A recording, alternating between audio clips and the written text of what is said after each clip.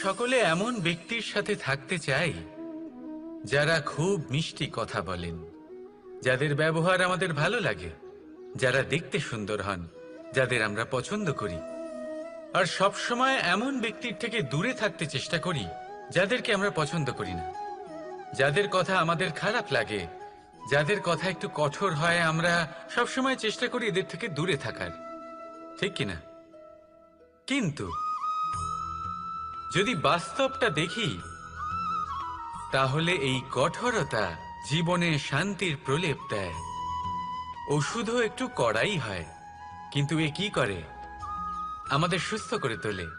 ঠিক সেইভাবেই ভালোবাসার এই অধ্যায় একটু কঠিন, একটু কড়াও মনে হতে পারে, কিন্তু এর ফল সবসময় আপনাদের স্বাস্থ্যের পক্ষে ভালোই হয়।